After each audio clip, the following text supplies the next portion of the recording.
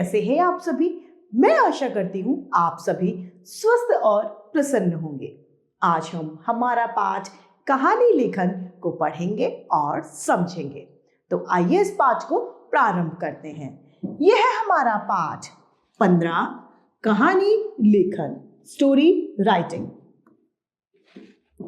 इस पाठ में हम कहानियां पढ़ेंगे। तो पहली कहानी हम किसकी पढ़ेंगे? पहली कहानी हम लोमड़ी और अंगूर की पढ़ेंगे। ये कहता है, किसी जंगल में एक चतुर लोमड़ी रहा करती थी। एक दिन वह बहुत भूखी थी।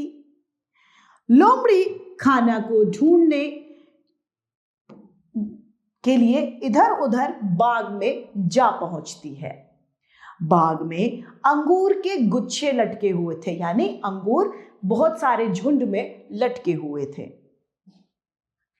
अंगूरों को देखकर उसका जी ललचाता है और वह अंगूर को खाने की इच्छा अपने मन में करती है।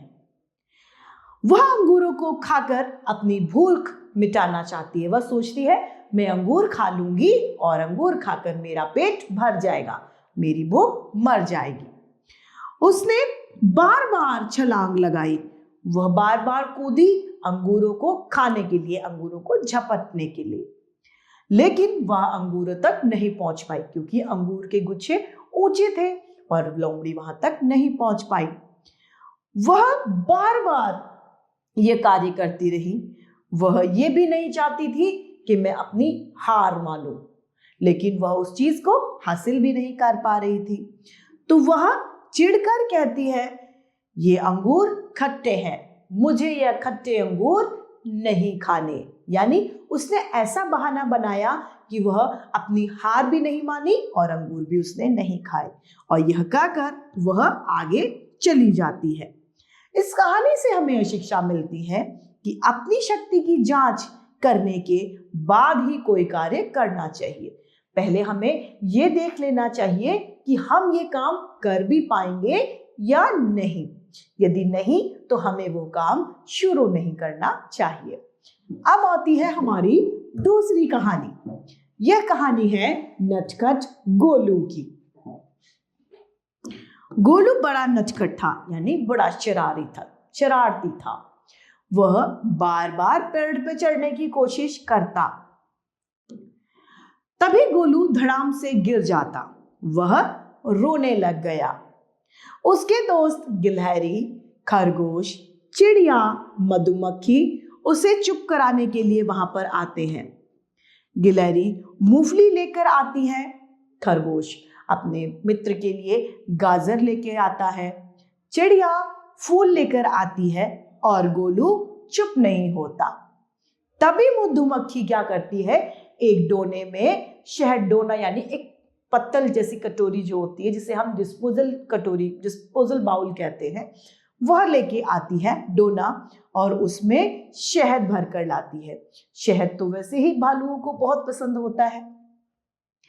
उस शहद को देखकर गोलू झट से रोना बंद कर देता है और खुश होकर जल्दी से शहद खाने लग जाता है।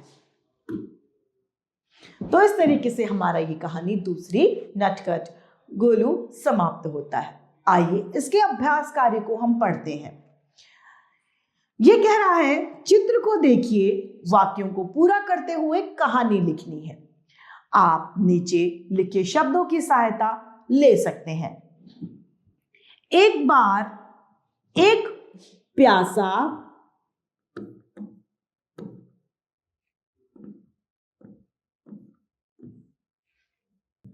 एक जंगल था।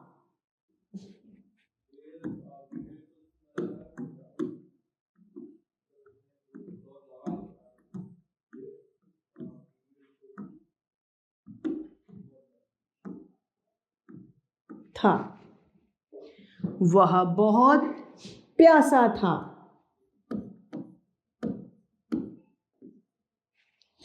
कौआ एक बाग में गया।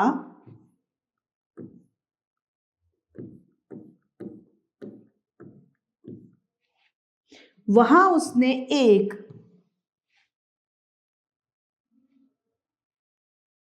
घड़ा देखा।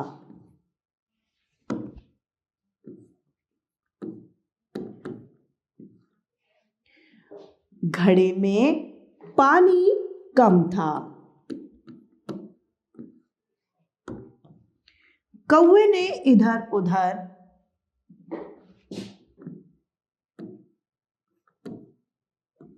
देखा। उसे कुछ पत्थर या कंकड़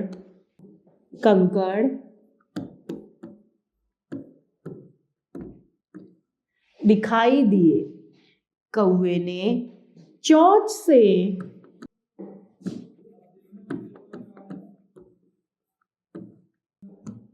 से कंकड़